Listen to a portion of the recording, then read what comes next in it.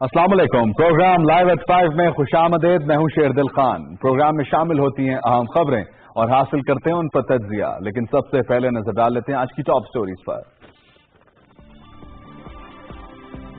وفاقی کابینہ کا اجلاس وزیراعظم پاکستان عمران خان کی زیر صدارت اسلام آباد میں ہوا. اجلاس میں ملک کی مجموعی سیاسی اور معاشی صورتحال پر غور کیا گیا، اور اب سے کچھ دیر پہلے وفاقی وزیر اطلاعات و نشریات چودھری فواد حسین میڈیا کو آگاہ کر رہے تھے آج ہونے والے فیصلوں کے حوالے سے. ایویشن پالیسی بھی آج منظور کی گئی ہے، اس پر بات کریں گے آج.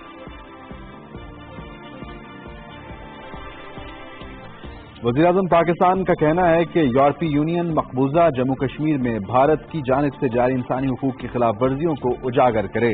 آپ کو بتائیں کہ یورپی یونین کا وفد وزیراعظم پاکستان سے گزشتہ روز ملا بھی ہے.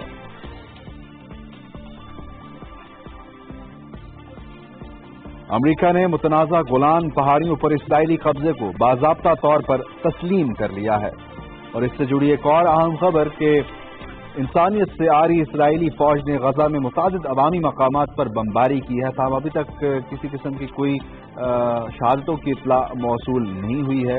تاہم تل ابیب کے قریب راکٹ داغنے کا بھی الزام لگایا گیا تھا اسرائیل کی جانب سے.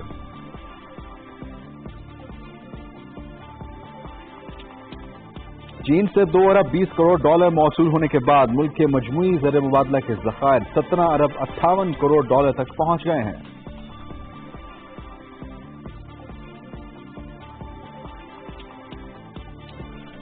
اور معیشت کے حوالے سے ایک اور اہم خبر کہ IMF کے سربراہ آج پاکستان پہنچ رہے ہیں.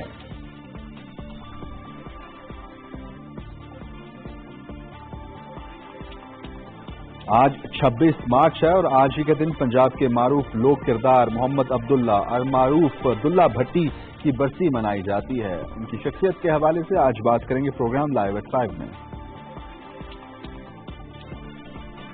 اور پاکستان بامقابلہ آسٹریلیا تیسرا ون ڈے میچ کل ابوظہبی میں کھیلا جائے گا. آسٹریلیا کو سیریز میں 2-0 کی برتری حاصل ہے.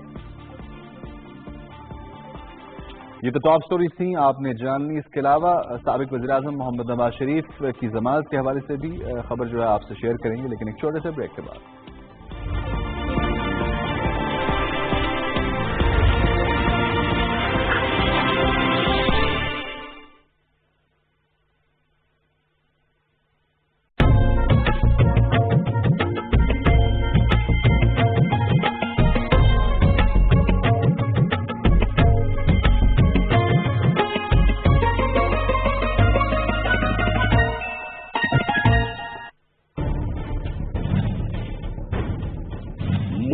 جب تک دولت نہیں بنتی ملک آگے نہیں بڑھتا.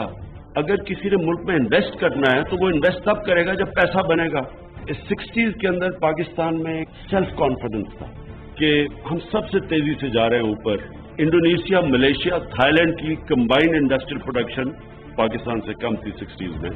لیکن ہوا کیا کہ 70s کے اندر ایک سوشلسٹ گورنمنٹ آئی اور اس نے جو وہ ریورس کیا وہ پروسیس کیا ریورس کیا کہ پیسہ بنانے کو ایک گناہ سمجھا، میکنگ پروفٹس کو برا کر دیا. تو وہی ملک پھر آہستہ آہستہ ہم نے دیکھا کہ باقی لوگ ہمیں پیچھے چھوڑ گئے. پاکستان میں ایک مائنڈ سیٹ تھا مشکل سے مشکل بنا دو کسی کو ویزا دینا پاکستان.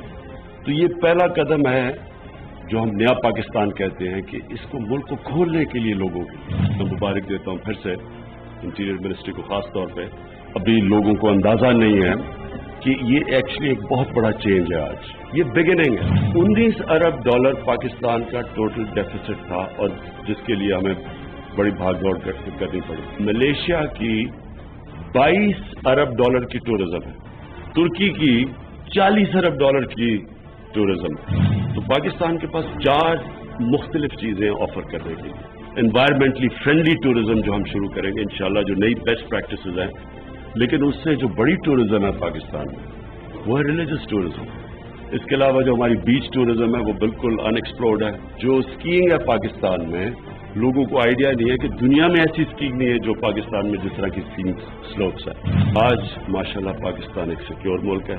پاکستان امن کے راستے پہ نکل چکا ہے. تھوڑا سا شاید مسئلہ ہو ہندوستان کے الیکشنز تک، کیونکہ جب آپ نفرت پھیلا کے الیکشن جیتتے ہیں تو اس کے اندر پھر یہ फ़ायदा उठाते हैं ये जो हुआ है कश्मीर में। इंशाअल्लाह इंक्लूडिंग हिंदुस्तान, जब इनके इलेक्शंस हो जाएंगे, हमारे सारे नेबर से हमारे अच्छे ताल्लुकात होंगे। एक पुरअमन पाकिस्तान ही इंशाअल्लाह खुशहाल पाकिस्तान बने। अगला जो PSL है सारा वो पाकिस्तान में होगा, बजाय कि वो दुबई में हो।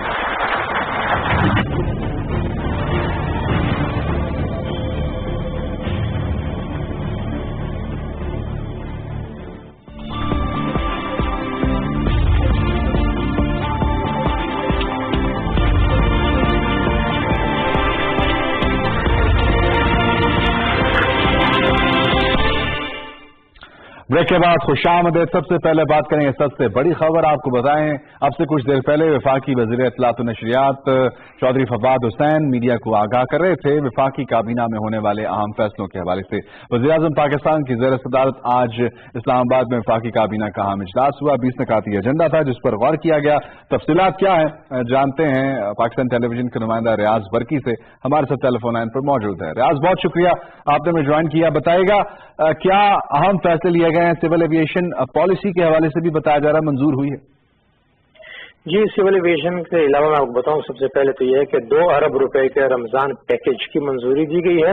और इसके साथ ही जिस तरह आपने बताया सियाहत के हवाले से सियाहत के फरोग के लिए जो सिविल एविएशन हवाबाजी के शोबे की नई सिविल एविएशन पॉलिसी की जो है वो मंजूरी दी गई है। बेसिकली इसका ये मकसद ये है कि जो आपको मालूम होगा कि वज़ीर-ए-आज़म इमरान खान मुल्क में सियाहत के फरोग पर खुसूसी तवज्जो दे रहे हैं, ये सारी उसी का हिस्सा है। एक तो ये कि 10 रुकनी गुरु बंधक कमेटी तश्कील दी गई क्योंकि नवंबर में करतारपुर राहदारी खुलने जा रही है, तो ये सारा इंतजाम दी गई। इसके अलावा ये है कि जो सिविल एविएशन की जो नई पॉलिसी है, इससे कई दूसरी सनतें वाबस्ता हैं वो उससे बहाल होंगी। तीसरा इशू ये था कि इस्लामाबाद में और लाहौर जैसे बड़े शहरों में यहाँ पे जो एक हाइट थी उसकी शर्त थी कि आपने ज्यादा ऊंची इमारतें नहीं बनानी। उसके हवाले से एक फैसला जिसका पहले भी मालूम है, पहले वज़ीर-ए-आज़म फैसला कर चुके हैं, काबीना भी कर चुकी है कि आप ऊंची इमारतें बना सकते हैं, तो वो शर्त खत्म कर दी गई। अब ब्लू एरिया समेत कमर्शियल एरिया में कहीं भी आप ऊंची इमारत बना सकते हैं। ठीक। दूसरा ये है कि अब सिविल एविएशन के तहत ये है कि जो टूरिस्ट रिजॉर्ट्स हैं यानी सियाहती मकामात हैं, वहां तक रसाई आसान बनाने के लिए एक तो ये है कि जहाजों पे पुराने जहाज 18 साल तक पुराने जहाज आप मंगवा सकते हैं। हेलीकॉप्टर सर्विस शुरू करने पर गौर किया गया। वीजा देने के जिस तरह पहले भी वीजा रिजीम आ चुका है कि ई वीजा फराहम की बरतानिया, तुर्की, यूएई, सऊदी अरब और मलेशिया को तो जारी कर दी गई है। इसके अलावा 170 ममालिक को ये सहूलत जारी करने उस हवाले से भी गौर किया गया। फिर ये था कि अक्सर ये होता था कि गैर मुल्क आते थे तो वो कई इलाके कश्मीर जैसे हो गया, गिलगित बल्तिस्तान वगैरह, हुंजा, वहां नहीं जा सकते थे। एनओसी की शर्त थी वो खत्म कर दी गई है। सियासी मकामात तक जो फजाई सर्विस है उस पर टैक्स जो है उसको जीरो कर दिया गया है। ओपन स्काई पॉलिसी पाकिस्तान की थी, उससे बड़ा नुकसान हो रहा था, उसको खत्म कर दिया गया है। बैनुल-अक़वामी कंपनियों, फजाई कंपनियों को जो PIA के रूट्स दिए गए थे उन मुआहदों पर भी नजरसानी की मंजूरी दी गई है। खवातीन पायलट्स की खुसूसी हौसला अफजाई की जा रही है, उनकी जो फीस है उसमें से 4 लाख तक सिविल एविएशन अदा करेगी। तो इस किस्म के बहुत सारे इक़दाम हैं। अगर मैं आपको गिनाऊं, पायलट की लाइसेंस की मुद्दत बढ़ाकर 5 बरस कर देंगे। कई फैसले आज। अच्छा रियाज, इसके अलावा कौन से अहम मामला डिस्कस किए गए हैं? जो मलेशिया के वज़ीर-ए-आज़म मातिर बिन मोहम्मद का दौरा था पाकिस्तान का, उस हवाले से भी ब्रीफिंग दी गई है काबीना के अरकान को, क्या इस हवाले से अपडेट्स हैं? जी ज़ाहिर है वो एक बड़ा कामयाब दौरा रहा है। जिस तरह आपको मालूम है यहाँ पे दोनों मुल्कों के दरमियान सरमायाकारी के कई शोबों में, जिसमें हम सरमायाकारी का शोबा है उसमें MOUs हुए हैं। फिर यहाँ पर मलेशिया की जो कार बनाने वाली कंपनी है वो प्लांट लगाएगी, उस हवाले से वज़ीर-ए-आज़म ने काबीना को एतमाद में लिया। फिर इसके अलावा जो आज नवाज शरीफ के हवाले से जो फैसला हुआ है उस पर भी वफाकी वज़ीर इत्तलात ने जिस तरह बाद में मीडिया को ब्रीफिंग दी, उन्होंने कहा कि हम इस फैसले का खैर मकदम करते हैं। सुप्रीम कोर्ट का जो भी फैसला होगा हम न सिर्फ ये उसका एहतराम करते हैं बल्कि उस पर अमल दरामद को भी जो है वो यकीनी बनाएंगे। उनका ये कहना था कि शहबाज शरीफ का जो फैसला आया है ECL में उनसे नाम हटाने का, उसको अलबत्ता उन्होंने कहा कि वो चैलेंज करेंगे क्योंकि शहबाज शरीफ अगर बाहर चले गए तो वो वापस नहीं आएंगे। फिर उनका ये भी कहना था कि शरीफ बिरादरान को हुकूमत पहले ही ये ऑफर कर चुकी थी नवाज शरीफ को, तो वो जहां भी इलाज कराना चाहें, जिस डॉक्टर को बुलवाना चाहें वो बुला लें। बहुत शुक्रिया रियाज बरकी, पाकिस्तान टेलीविजन के नुमाइंदा, हमें अपडेट कर रहे थे आज वफाकी काबीना में होने वाले फैसलों के हवाले से। اور یہ بھی بتایا جا رہا ہے کہ جو سول ایویشن پالیسی ہے اس کے بہت سے ایسے خد و خال ہیں جس سے پاکستان میں جو سیاحت کی صنعت ہے اس کو بہت فروغ ملے گا، اور اس سے تفصیل سے آگاہ بھی کر رہے تھے ریاض۔ آگے بڑھتے ہیں، بات کرتے ہیں مقبوضہ جموں کشمیر کی صورتحال کے حوالے سے۔ آپ کو بتائیں کہ گزشتہ روز وزیر اعظم پاکستان سے ملاقات کی ہے جو یورپی یونین کی نمائندہ خصوصی برائے خارجہ امور پاکستان میں جنہوں نے وزٹ کیا، انہوں نے کل وزیر اعظم پاکستان سے ملاقات کی، وفاقی وزیر خارجہ شاہ محمود قریشی سے ملاقات کی، آرمی چیف سے ملاقات کی۔ تو وزیر اعظم سے جب ملاقات ہوئی تو وزیر اعظم پاکستان نے کیٹیگوریکلی جو مقبوضہ جموں کشمیر کے حوالے سے ایک یورپی یونین کا رول ہے اس پر زور دیا، کہا کہ جو وہاں پر انسانی حقوق کی خلاف ورزیاں ہو رہی ہیں، جو بھارتی ریاستی دہشت گردی ہو رہی ہے، اس کو اجاگر کرنا چاہیے یورپی یونین کو پوری دنیا کے سامنے۔ یورپی یونین کا جو ایک جو پلیٹ فارم ہے وہ اس مسئلے کے حل کے حوالے سے ایک اہم رول پلے کر سکتا ہے، تو وہاں پر یہ مسائل کو حل کروایا جائے۔ سب سے پہلے وہاں پر جو بھارت کی قابض فوج موجود ہے، جو وہ انسانیت سوز عمل کرتی ہے، ان کو سب سے پہلے روکنا چاہیے۔ اس اہم خبر پر بات کریں گے، ہمارے ساتھ ٹیلی فون لائن پر موجود ہیں ڈاکٹر محمد خان، سینئر دفاعی تجزیہ کار ہیں۔ بہت شکریہ ڈاکٹر صاحب، آپ نے ہمیں جوائن کیا۔ مقبوضہ جموں کشمیر کے حوالے سے وزیر اعظم پاکستان نے کل یورپی یونین کی جو نمائندہ خصوصی برائے خارجہ امور فیڈریکا موغرینی جو پاکستان میں موجود تھی، ان کو کہا کہ مقبوضہ جموں کشمیر کے حوالے سے یورپی یونین کو اپنا رول پلے کرنا ہوگا، وہاں پر جو واقعات ہو رہے ہیں انسانیت سوز ان کو روکنا ہوگا۔ جی بالکل، بہت شکریہ۔ میں گزارش یہ کروں کہ عمران خان صاحب نے ایز اے وزیر اعظم کچھ ایسے اسٹیپس اٹھائے ہیں جو کہ ڈائریکٹلی یو این کے سیکرٹری جنرل سے بھی بات کی۔ جب آپ نے دیکھا کہ مقبوضہ کشمیر میں جو پرابلمز ہوئے، ہیومن رائٹس کی وائلیشن ہوئی، پلوامہ ہوا، اور اس کے ساتھ ساتھ جو یورپین یونین کی فارن پالیسی کی ہیڈ آئی ہیں، ان کے ساتھ بہت تفصیلی انہوں نے بات چیت کی کہ جو کچھ مقبوضہ کشمیر میں اس وقت ہو رہا ہے وہ ایک کنسرن ہے، نہ صرف پاکستان کا کنسرن یا کشمیریوں کا کنسرن ہے، بلکہ یہ ایک انٹرنیشنل کنسرن ہونا چاہیے، کیونکہ آفٹر آل یورپین یونین کو پوری دنیا میں ایک سویلائزڈ کمیونٹی کی حیثیت حاصل ہے، اور یورپین یونین سے کچھ آوازیں بھی آتی رہی ہیں۔ یورپین یونین پارلیمنٹ سے بھی، برطانیہ کی پارلیمنٹ سے بھی ہیومن رائٹس کے بارے میں ویری ریسنٹ جو ہیں وہ کنسرن شو کیے گئے، اور یورپین یونین کے میڈیا میں خاص کر کے اس چیز کو بڑا ہائی لائٹ کیا گیا کہ ہندوستان اس وقت مقبوضہ کشمیر میں جو بھی کر رہا ہے انسانی حقوق کے حوالے سے، وہ سراسر انسانی حقوق کی خلاف ورزی ہے، یو این کے چارٹر کی خلاف ورزی ہے، اور ہیومینیٹیرین ڈکلریشن جو 1948 میں پاس ہوا تھا اس کی خلاف ورزی ہے۔ تو ڈاکٹر صاحب یہ خلاف ورزیاں سب جانتے ہیں، سب مانتے ہیں، لیکن کوئی دباؤ نہیں اس طرح بنا پاتا بھارت کے اوپر کہ بھارت کو مقبوضہ جموں کشمیر میں یہ انسانیت سوز واقعات روکنے چاہیے۔ جی بالکل، یہ آپ صحیح فرما رہے ہیں، یہ دن میں ایگری کرتا ہوں آپ سے۔ یہ دیکھیں، ایک وقت تھا کہ شاید یہاں تک بھی یورپ میں یا برطانیہ میں آوازیں نہیں اٹھتی تھی، نہیں آتی تھی کشمیر پہ ظلم ستم، تو آپ کو پتا 1990s سے ہیں جی، لیکن اب کم از کم یہ تو ہوا کہ انٹرنیشنل کمیونٹی میں آوازیں آ رہی ہیں مقبوضہ کشمیر کے حوالے سے، اور وہاں جو بھی قتل و غارت ہو رہی ہے، ہندوستان کے ہاتھوں ٹیررزم ہو رہا ہے، تو اس سے آواز اٹھنی شروع ہو گئی۔ پہلے اس لیے نہیں ہوتا تھا کہ ہندوستان یورپین ممالک کے لیے، امریکنز کے لیے ایک بہت بڑی مارکیٹ ہے، مارکیٹ تھی، مارکیٹ اب بھی ہے، میں یہ تو نہیں کہتا کہ مارکیٹ ختم ہو گئی، لیکن یہ ضرور ہے کہ کچھ ایکٹس آپ نے ایسے دیکھے ہوں گے کہ جس میں ایون پریزیڈنٹ ٹرمپ جو ہے ہی واز فاؤنڈ کریٹیکل کہ جو کچھ مقبوضہ کشمیر، جو کچھ ہندوستان کر رہا ہے وہ جسٹیفائڈ نہیں ہے، دو کہ کشمیر کے حوالے سے وہ بات نہیں تھی، لیکن یورپ میں کشمیر کے حوالے سے چونکہ کشمیریوں کا بڑا ایک کردار ہے وہاں پہ، جو ڈائسپورا ہے، پاکستانی ڈائسپورا بڑی تعداد میں اس وقت یورپ میں ہے، تو وہ وہاں پہ یہ چیزیں لابنگ کے تھرو دنیا کو بتا رہے ہیں، فیکٹ اینڈ فگر بتا رہے ہیں، اور عمران خان نے خاص کر کے اپنے یہ جو چند مہینوں کا جو دورے قیادت ہے اس میں کوشش کی کہ ایٹ لیسٹ جو پہلا سٹیپ اٹھائیں، اور وہ یہ ہے کہ دنیا کو باشگاف الفاظ میں یہ بتائیں کہ یہ ہیومن رائٹس کی وائلیشن الٹیمیٹلی دونوں ممالک کے درمیان ایک کریش سچویشن پیدا کر رہی ہے، اور حال ہی میں آپ نے دیکھا کہ یہ ہیومن رائٹس جو تھے جس کے نتیجے میں ایک بچہ جو ہے عدیل، اس نے ریئیکٹ کیا، ہندوستان کے فوجی مارے گئے، اور ہندوستان نے الٹیمیٹلی پاکستان کو بلیم کیا۔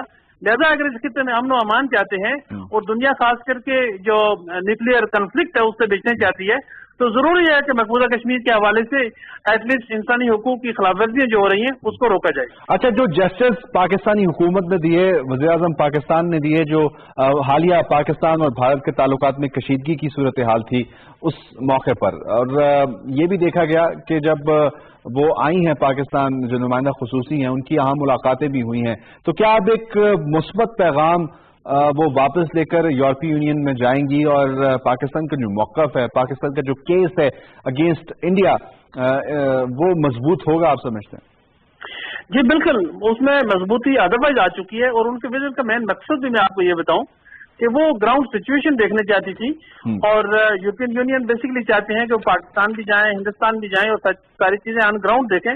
پاکستان سے چونکہ ایسے گڈ ول جسٹس کے ایسے پیغامات گئے ہیں یورپ کی طرف بھی، امریکہ کی طرف بھی، اور خاص کر کے ہندوستان کو، کہ آپ بے شک وار چاہتے ہیں، سارا کچھ کرتے ہیں. میں ہندوستان کی بات کر رہا ہوں، لیکن پاکستان صرف پیسفل طریقے سے مقبوضہ کشمیر کا حل چاہتا ہے، اور اس حل میں خاص کر کے چونکہ ظاہر ہے سب سے بڑی اس وقت جو چیز چل رہی ہے وہ ہندوستان کی طرف سے یوتھ کی کلنگ ہو رہی ہے مختلف اسٹریٹجیز کے تھرو، فیک انکاؤنٹر کے تھرو. تو میں یہ سمجھتا ہوں کہ یہ فارن پالیسی کی جو ہیڈ ہے یہ ایک پازیٹیو میسج لے کے جا رہی ہے، کیونکہ جو بھی ان کے بیانات ابھی تک آئے ہیں، فارن منسٹر کے ساتھ پریس کانفرنس ہوئی ہے، اس میں اسلامی فوبیا کے بارے میں ایک بڑی پازیٹیو انہوں نے بات کی ہے کہ یورپ کی سوسائٹی اس وقت بذات خود خطرات کا شکار ہے، کیونکہ یہ نیریٹو کہیں کسی اسٹریٹجک لیول پہ دی گئی، لیکن آج یورپ کے ہر دروازے پہ یہ اسلامی فوبیا کا ایک جس کو کہیں کہ ایک خطرہ، ایک خوف منڈلا رہا ہے، جس سے مسلمان نہیں بلکہ غیر مسلم جو ہیں، وہاں کے بسنے والے جو یورپین ہیں، جو نیٹیوز ہیں، ان کو بھی خطرہ ہو رہا ہے. تو میں یہ سمجھتا ہوں کہ جو ہیومن رائٹس کی وائلیشن اس وقت مقبوضہ کشمیر میں ہو رہی ہے، ایک بڑا پازیٹیو جسچر، ایک پازیٹیو فیڈ بیک، اور میں سمجھتا ہوں کہ ڈیٹیل بریفنگ لے کے جا رہی ہے، مزید تقویت ملے گی پاکستان کے موقف جی کو. انشاءاللہ پاکستان کے ویو پوائنٹ کو بڑی تقویت ملے گی. بہت شکریہ ڈاکٹر محمد خان ہمارے ساتھ موجود تھے، سینئر تجزیہ کار، اور تفصیل سے بات کر رہے تھے. یورپی یونین کی جو امور خارجہ کی نمائندہ خصوصی ہیں فیڈریکا موغرینی، وہ جب پاکستان پہنچی تو ان کی عام ملاقاتیں ہوئیں، اور وزیر اعظم پاکستان سے جب ملاقات ہوئی تو وزیر اعظم پاکستان نے کشمیر کو نہیں بھولا ہے، انہوں نے یاد رکھا ہے، اور کشمیر کا مسئلہ انہوں نے کہا کہ یورپی یونین کو حل کروانا چاہیے، وہاں پر جو اس وقت انسانی حقوق کی خلاف ورزیاں ہو رہی ہیں وہ روکنی چاہیے.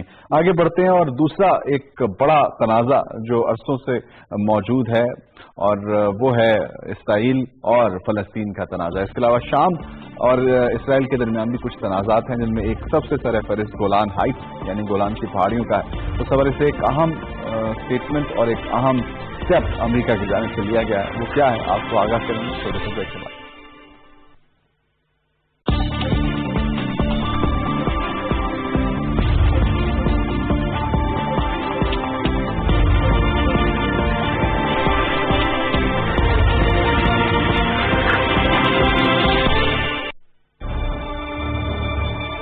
I feel great. I'm very happy to be back in Pakistan, and also to meet the Prime Minister, whom I had read about a long time ago when he was a cricketer, and when he came back to Pakistan and was involved in politics, and I had always wished him well. He invited me to come to Pakistan once when he was not the Prime Minister. I came, we established good friendship, and wherever we meet, we always take time off to talk to each other. He's very well known, and as a cricketer, of course, he had many fans. Nations generally follow what is happening in Pakistan, and we had always felt that Imran Khan should be given the opportunity to lead the nation. آزادی افکار سے ہے ان کی تباہی، رکھتے نہیں جو فکر و تدبر کا سلیقہ. وہ فکر اگر خام تو آزادی افکار، انسان کو حیوان بنانے کا طریقہ.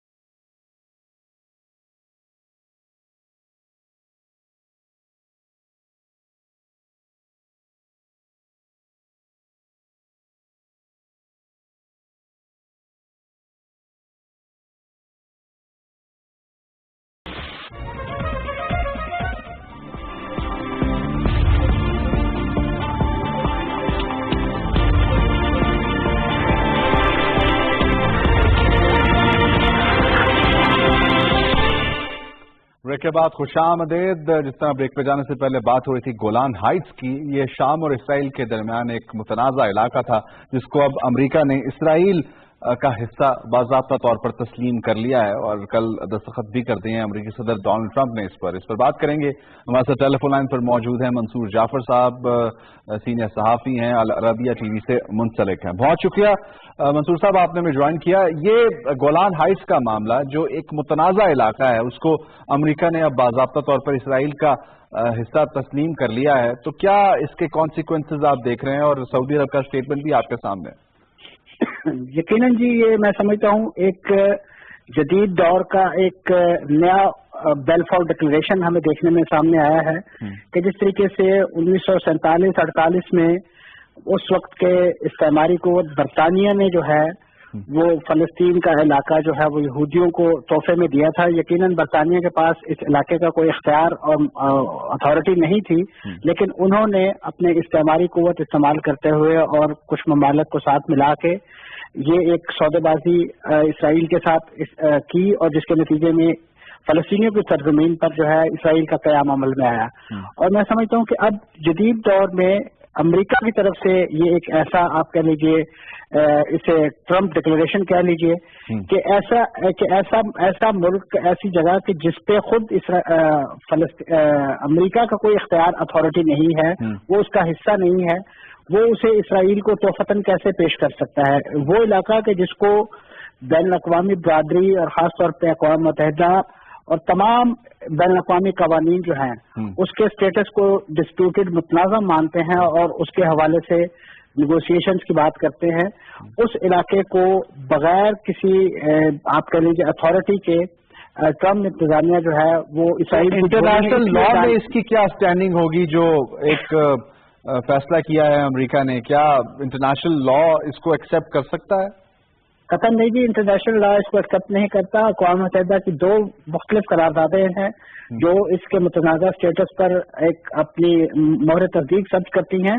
तो ऐसी सूरत में इस नौयत का कोई भी तसर्रुफ बिल्कुल ऐसे ही है जिस तरह के ट्रंप इंतजामिया की तरफ से अपना सफारत खाना जो है वो तल अवीव से बैतुल मक़दस मुंतकिल किया गया, उस अथॉरिटी को भी, उस इख्तियार को भी पूरी आलमी बरादरी ने जो है वो मिलकर इत्तेहाद के साथ जो है वो दीवार के साथ दे मारा।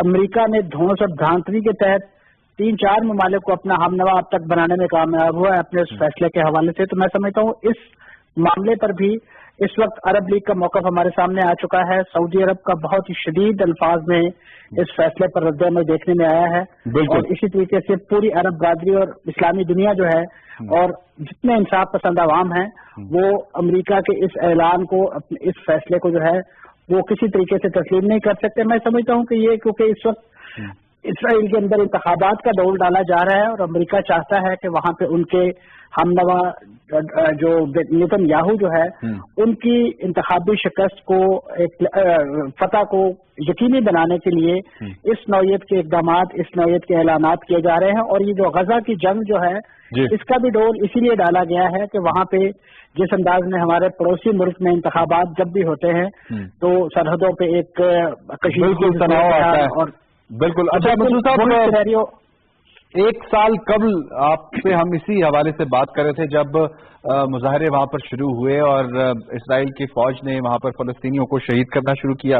अब इस वाक़े का 1 साल अब मुकम्मल होने वाला है और हम देख रहे हैं दोबारा से वही सूरत हाल चल निकली है। तो क्या इसको और जो इससे पहले मामला था आप डिस्कस कर रहे थे, एक ही तनाजुर में देखना चाहिए?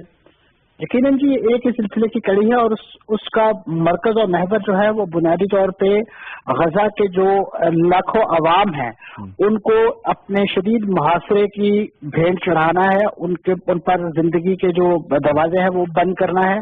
और अब भी जो हालिया बमबारी है जो इसराइल की तरफ से जो फजाई हमले किए जा रहे हैं उसका हदफ जो है वो फौजी अहदाफ नहीं है, उसका हदफ जो है वो सिविलियन मकानात हैं।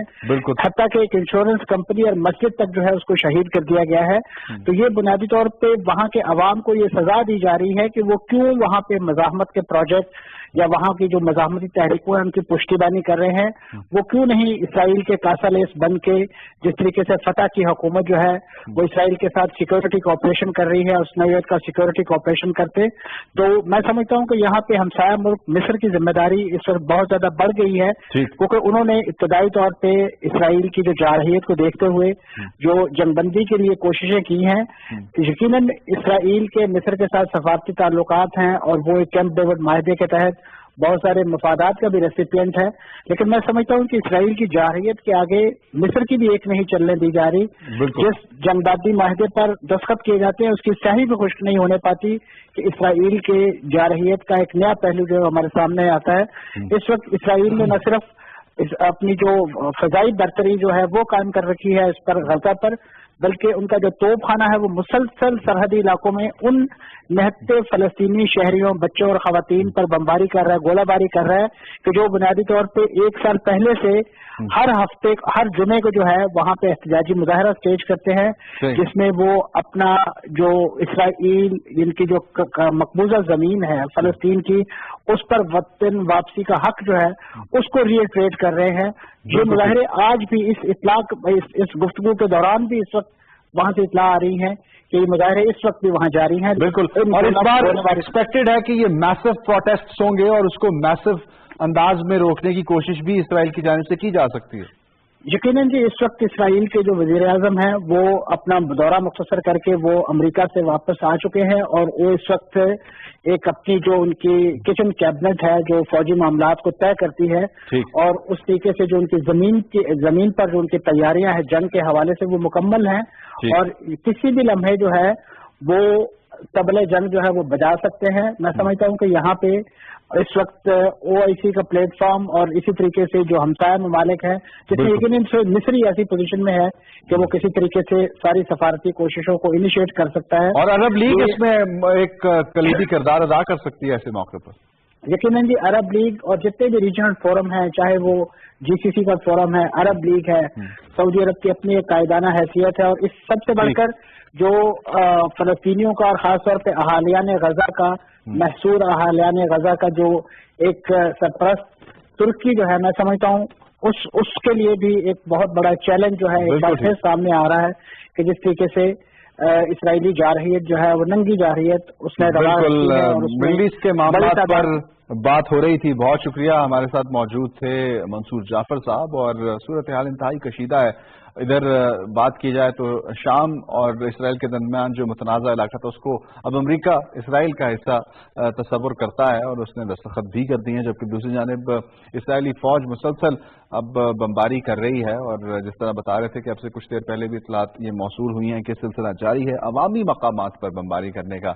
और कल भी ये इल्ज़ाम लगाया गया कि हमास की जानिब से रॉकेट फायर किए गए हैं और उसी वजह से हमने ये फायरिंग की है और ये हमने बमबारी की है, लेकिन ये तमाम तर इल्ज़ामात गलत साबित होते हुए नजर आ रहे हैं। और 30 मार्च को इस साल भरपूर अंदाज में एहतजाज का प्लान भी है और उस प्लान को इस जोर जबरदस्ती के साथ रोकने की भी कोशिश जो है वो मुतवक्के है कि इसराइल की जानिब से की जाएगी। आगे बढ़ते हैं और कुछ थोड़ी सी हम बात करेंगे ज़र मुबादला के ज़खायर के हवाले से। एक अच्छी खबर आई है कि चीन से 2 अरब 20 करोड़ डॉलर पाकिस्तान को मौसूल हुए हैं, जिसके बाद मुल्क के जो मजमूई ज़र मुबादला के ज़खायर हैं वो 17 अरब 58 करोड़ डॉलर तक पहुंच गए हैं। ये 15 अरब युआन हैं जो पाकिस्तान को मौसूल हुए हैं और इसके बाद पाकिस्तान के जो ज़र मुबादला के ज़खायर हैं वो एक अच्छे लेवल पर इस वक्त नजर आते हैं। और ये भी आपको बताएं, खबर है कि IMF के जो सरबराह हैं वो पाकिस्तान पहुंच रहे हैं और IMF के साथ जो मामलात हैं उन पर बातचीत होगी और फिर इस पैकेज को जो IMF का पैकेज है उसको फिर फाइनलाइज किया जा सकता है। ये तो कुछ बात हुई ये जो माशी मामलात है उनकी। आगे बढ़ते हैं और एक और अहम खबर, आज 26 मार्च है और आज के दिन मोहम्मद अब्दुल्ला अलमारूफ अब्दुल्ला भट्टी की बरसी है और उनको याद करते हैं हम। पंजाब का एक बहुत बड़ा नाम, एक लोक किरदार और इस हवाले से जो तफसील है वो भी हम आपसे शेयर करेंगे और इनकी शख्सियत पे ख़ास तौर पर हम बात करेंगे। एक रेजिलियंस का ये इस्तारा बने रहे हैं, ख़ास तौर पर पंजाब की बात की जाए तो इनकी जो कंट्रीब्यूशन है अगेंस्ट कॉलोनियल एम्पायर और उससे पहले मुगल एम्पायर, उस पर भी हम बात करेंगे। एक छोटा सा ब्रेक ले लेते हैं, ब्रेक से जब वापस आएंगे तो इस समेत और कुछ अहम खबरें उन पर डिस्कस करेंगे, बात करेंगे।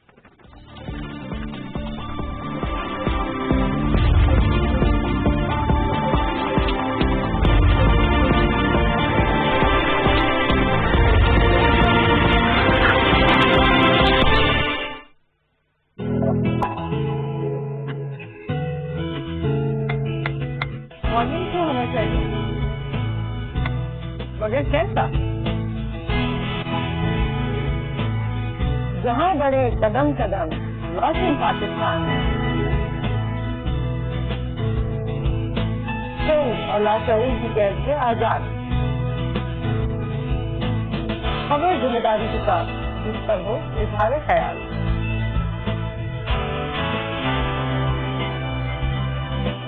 एक भरपूर जिंदगी का मुकम्मल जाता, काम से रखना ये एक्साइटमेंट, वही जज्बा वही चाहत जो है हमारा खासा, आपका और हमारा साथ। 30 जमा 9 से 11 PTV न्यूज और PTV ग्लोबल पर।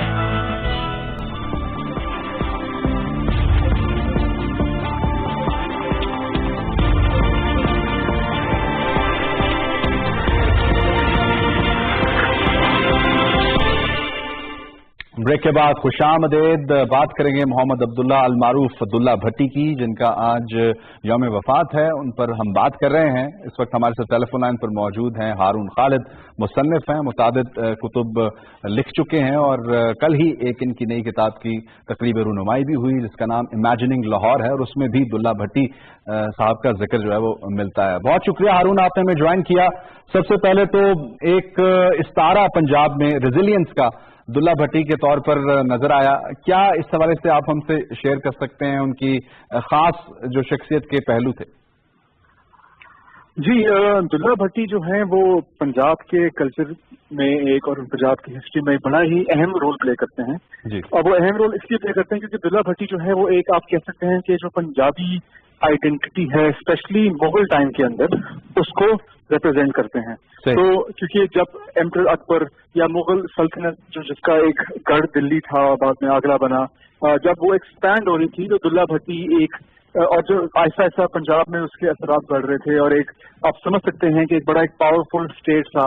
तो अब्दुल्ला भट्टी जो स्ट्रगल है वो उसमें एक स्ट्रगल है ऑफ एक जो सेंट्रल और पावरफुल स्टेट है उसको, जो ऑटोनॉमी जो थी इनकी, जो पंजाब की ऑटोनॉमी थी, जो उनके मुख्तलिफ जिम्मेदारों की ऑटोनॉमी थी, उस पर इम्पैक्ट हो रहा था और उसके खिलाफ जो है वो अब्दुल्ला भट्टी की एक बड़ी शानदार स्ट्रगल है जिसको पंजाब में फिर लोगों ने बहुत चाहा, उसको गाया। उसके अभी भी लोहरी पे जो एक पंजाबी फेस्टिवल है विंटर का, उसमें लोग अब्दुल्ला भट्टी के बारे में गाने गाते हैं, इंडिया में गाते हैं। इसी तरह फिर शाह हुसैन का अब्दुल्ला भट्टी का बड़ा एक इंटरेस्टिंग जो है आपस में एक एसोसिएशन ठीक है हारून, इसी को हम कंटिन्यू करेंगे। एक छोटा सा ब्रेक हमें लेना है, हमें जाना है न्यूज स्टूडियोज ब्रेकिंग न्यूज के लिए, उसके बाद वापस आते हैं और इसी को कंटिन्यू करते हैं। कम मुल्कों में मिले, मैं खुशकिस्मत हूं कि मैंने काफी उनके साथ पाकिस्तान को एक्सप्लोर किए। तो ये उनका एक आप कह सकते हैं प्रिंसिपल एजेंडा था हुकूमत के आने से पहले और स्पेशली हुकूमत के आने से बाद। वो जो टास्क फोर्स थी, PM साहब खुद ही चेयर कर रहे थे इस बोर्ड से बनने से पहले, तो आप देख सकते हैं को कितने कीन होंगे कि वो टास्क फोर्स के खुद चेयर थे उसके। तो ये जो ऐसी कन्वेंशंस होती हैं, कॉन्फ्रेंसेस होती हैं जो अभी 2 और 3 अप्रैल को होंगी, ये मैं समझता हूँ कि बहुत ज़रूरी है क्योंकि ये इंगेज करेंगी प्राइवेट सेक्टर को। हमें बड़ा इस सर्टेनिटी से कहना चाहिए और बड़ा हमें ओपनली कहना चाहिए कि टूरिज्म जो पाकिस्तान में जो इंशाल्लाह जो फैलेगा, जो इंक्रीज होगा, वो तभी होगा कि प्राइवेट सेक्टर गवर्नमेंट के साथ ऑन बोर्ड हो। ये एक पब्लिक सेक्टर की एक इनिशिएटिव नहीं है, ये मेनली एक प्राइवेट सेक्टर का इनिशिएटिव है। लेकिन ये है कि पब्लिक सेक्टर को कीन होना चाहिए और आपको फैसिलिटेट करना चाहिए अपने हर उस प्रोजेक्ट में जो टूरिज्म को प्रमोट करें। तो जैसे बाकी मुल्कों में, आप बाकी मुल्कों में देखें, उनको कुछ GDP कुछ 10% टूरिज्म से आता है ऑन एन एवरेज। मलेशिया का 22, टर्की का उससे भी ज़्यादा, पाकिस्तान का तो 3% पे भी नहीं आता, 2.8, 2.7 या ऐसे कुछ हम उसके लगभग फिर रहे हैं। تو یہ بڑا ضروری ہے کہ ہم پرائیویٹ سیکٹر کو آن بورڈ لیں. ہر میرے جو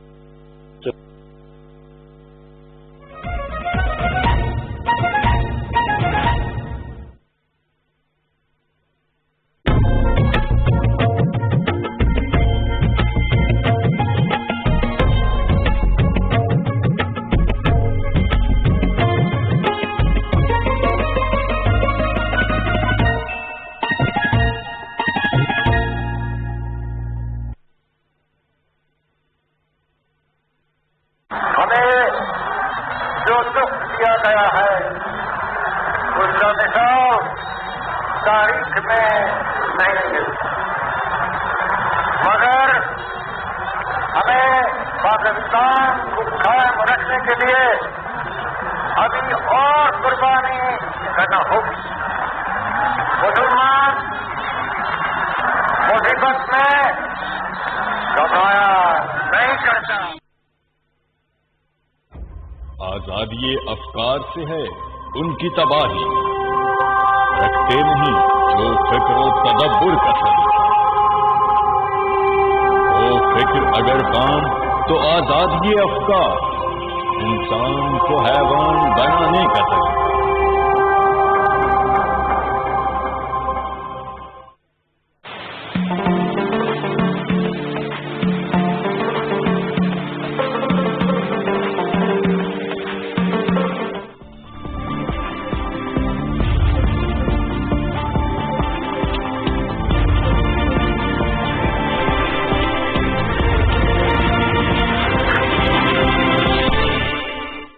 ایک بار پھر آپ کو کہیں گے خوش آمدید. اس سے پہلے بات ہو رہی تھی دلہ بھٹی کے پنجاب میں جو انہوں نے کردار ادا کیا، اس حوالے سے ان کی شخصیت کے حوالے سے ایک استعارہ ریزیلینس کا ان کی شخصیت کے طور پر رہا، اور مغل امپائر کو اور وہاں پر جو استعماری قوتیں تھیں خاص طور پر اس وقت کی، ان کو بڑے زبردست انداز میں انہوں نے اپنی لائف میں للکارا تھرو آؤٹ.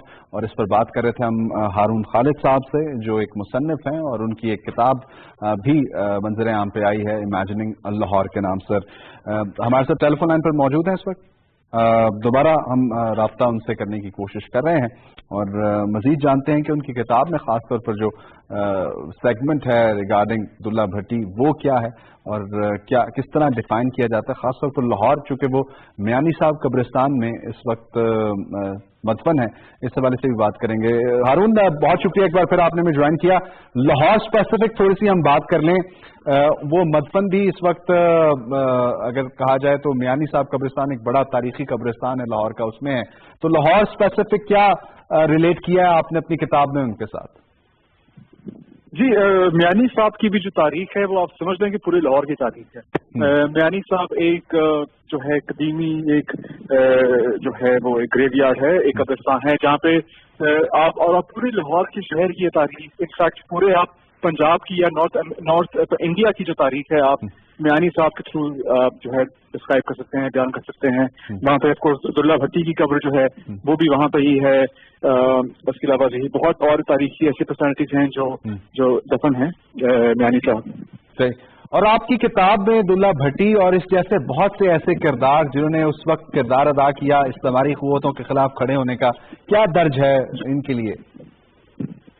سوری مجھے کیا چیز آپ کی کتاب میں اسپیسیفکلی دلہ بھٹی اور ایسے بہت سے کریکٹرز جنہوں نے استعماری قوتوں کے خلاف آواز بلند کی، ان کے حوالے سے کیا درج ہے، کیا لکھا ہے؟ جی اس میں میرا بھی جو پرپز تھا لکھنے کا وہ یہ تھا کہ جو شاید کچھ ایسی پرسنالٹیز لاہور کے حوالے سے، پنجاب کے حوالے سے، ہماری تاریخ کے حوالے سے جن کا عام طور پر ذکر نہیں ہوتا، یا جب ہم تاریخ کی، کیونکہ جب مسلم ہم تاریخ کی بات کرتے ہیں تو ہم بادشاہوں کی بات کرتے ہیں، ہم کوئنز کی بات کرتے ہیں، ہم مغلوں کی بات کرتے ہیں، جو ظاہر سی بات ایک تاریخ کا حصہ ہے. تو تاریخ کا حصہ وہ لوگ بھی ہیں جو لوگ ہیں، جو عام لوگ ہیں. دلہ بھٹی ہو گئے، شاہ حسین ہو گئے، یہ وہ لوگ ہیں جو عام لوگوں کی تاریخ کو ڈسکرائب کرتے ہیں، جو عام لوگوں کی تاریخ کو جو ریپرزینٹ کرتے ہیں. تو جب آپ سمجھ رہے کہ جو پنجاب کے جو اس ٹائم لوگ تھے وہ شاید مغل کنگ کے ساتھ اتنا एसोसिएट नहीं कर सकते थे जितना वो दुल्ला भट्टी के साथ एसोसिएट कर सकते थे, जो कि एक मामूली जिम्मेदार था। तो मेरा जो मकसद था किताब में वो ये था कि मैं ऐसी तारीख की बात करूं, मैं लोगों की तारीख की बात करूं। बिल्कुल ठीक, फोक हिस्ट्री कहते हैं या पीपल्स हिस्ट्री कहते हैं। बिल्कुल ठीक, बिल्कुल ठीक। बहुत शुक्रिया। हारून खालिद हमारे साथ मौजूद थे, मुसन्निफ हैं बहुत सी किताबों के, खासतौर पर इमेजिनिंग लाहौर भी उनकी अब मंजर आम पर आई है, और जो दुल्ला भट्टी के हवाले से जो बात कर रहे हैं वो भी उसमें दर्ज है। उन्होंने कहा कि जो आम लोग थे लाहौर के, खास तौर पर जिन्होंने कंट्रीब्यूट किया इस तारीख में, उनको उन्होंने याद किया है, और जो उनकी कंट्रीब्यूशन है उसको खराज क़दर भी पेश किया है। आखिर में हम बात कर लेते हैं खेल की, और खेल में बताएंगे आपको क्रिकेट की, पाकिस्तान वर्सेस ऑस्ट्रेलिया।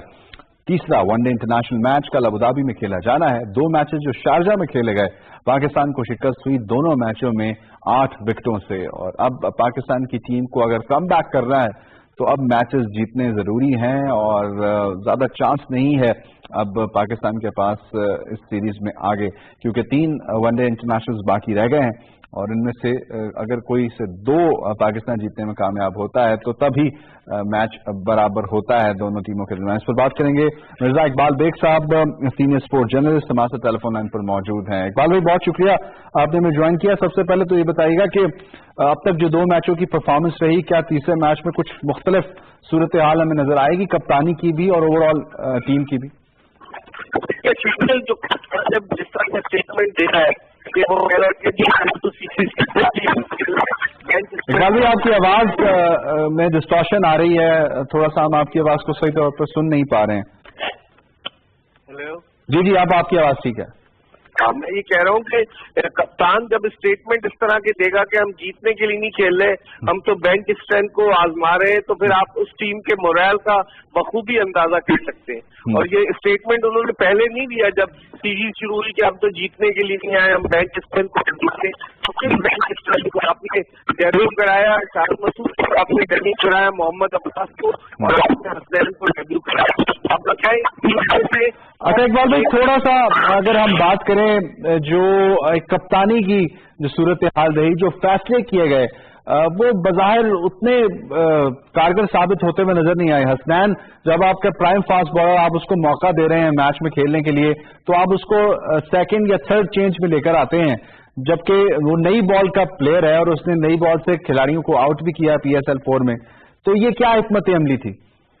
शोएब मलिक इतने तजुर्बाकार खिलाड़ी है, शेरदिल ये कप्तान भी रहे 2008 में पाकिस्तानी क्रिकेट टीम के, लेकिन फिर जिस तरह की वो कप्तानी कर रहे हैं समझ में नहीं आ रहा। हालांकि इनकी कप्तानी में सियालकोट स्टैलियंस की टीम नेशनल T20 कप जीती, बहुत सारे इन्होंने अच्छे फैसले भी किए थे माजी में, लेकिन अब बिल्कुल मुख्तलिफ नजर आ रहे हैं। एज अ कैप्टन वो बात ही नजर नहीं आ रही, वो स्पार्क नजर नहीं आ रहा। वो हालांकि 14 अक्टूबर 1999 को इन्होंने अपना डेब्यू किया था, 20 साल हो जाएंगे अक्टूबर में इन्हें इंटरनेशनल क्रिकेट में आए हुए, लेकिन आप बिल्कुल आपने दुरुस्त निशानदेही की, अच्छा पॉइंट रेज किया कि कप्तानी जो है वो इतनी अच्छी नजर नहीं आ रही। और हसनैन को जिस अंदाज से इस्तेमाल किया गया, ना कोई से बताने वाला कि कैसे बॉलिंग करनी है, कहाँ करनी है, बस उसको गेंद पकड़ा दी। तो मैं समझता हूँ कि ये एक बहुत बड़ा फ्लॉ है, और शायद शोएब मलिक को इस बात का अंदाजा है कि वर्ल्ड कप में तो सरफराज कप्तानी करेंगे, तो वो भी दिल से वो चीजें नहीं कर रहे कि जिसकी के तवक्को की जा रही। ठीक है, आप तीसरे वनडे मैच में भी कोई नए दाबुतान समय नजर आएंगे, कोई नए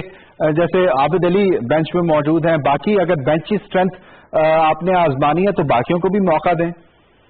बिल्कुल, इस बात के कभी इम्कान है कि आबिद अली को डेब्यू कराया जाएगा, लेकिन आबिद अली जो है वो शेरदिल, दरअसल आबिद अली तो 4 डे क्रिकेट में लॉन्गर वर्जन में रन स्कोर करके आए, उनको T20 क्रिकेट में ले आए, तो हिकमत अमली समझ में नहीं आती। मुझे यकीन है कि ये आबिद अली से भी डेब्यू करवाएंगे, उसके अलावा जुनैद खान को ये चांस क्यों नहीं दे रहे? इसका मतलब है वो मिकी आर्थर की गुड बुक्स में नहीं है फॉर द वर्ल्ड कप। और अब देखते हैं कि ये क्या तजुर्बा करते हैं, किसको खिलाते हैं, किसको नहीं खिलाते।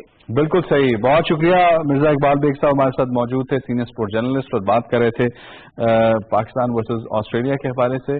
और हम ये भी सुन रहे हैं कि पाकिस्तान के डोमेस्टिक क्रिकेट के हवाले से भी एक प्रपोजल ज़ेर बहस है, और उम्मीद की जा रही है कि वो जो सेक्रेटरी इन चीफ हैं पाकिस्तान क्रिकेट के, वज़ीर आज़म पाकिस्तान, उन तक पहुंचाई जाएगी, और फिर उसके बाद जो डोमेस्टिक क्रिकेट के हवाले से स्ट्रक्चर प्रपोज हुआ है, अगर वो उसको एक्नॉलेज करते हैं तो फिर वो जो नया स्ट्रक्चर है वो इम्प्लीमेंट कर दिया जाएगा। इस हवाले से भी आपको अपडेट रखेंगे। यहाँ पर प्रोग्राम का काम करेंगे। पूरी टीम को इजाज़त दीजिए। अल्लाह।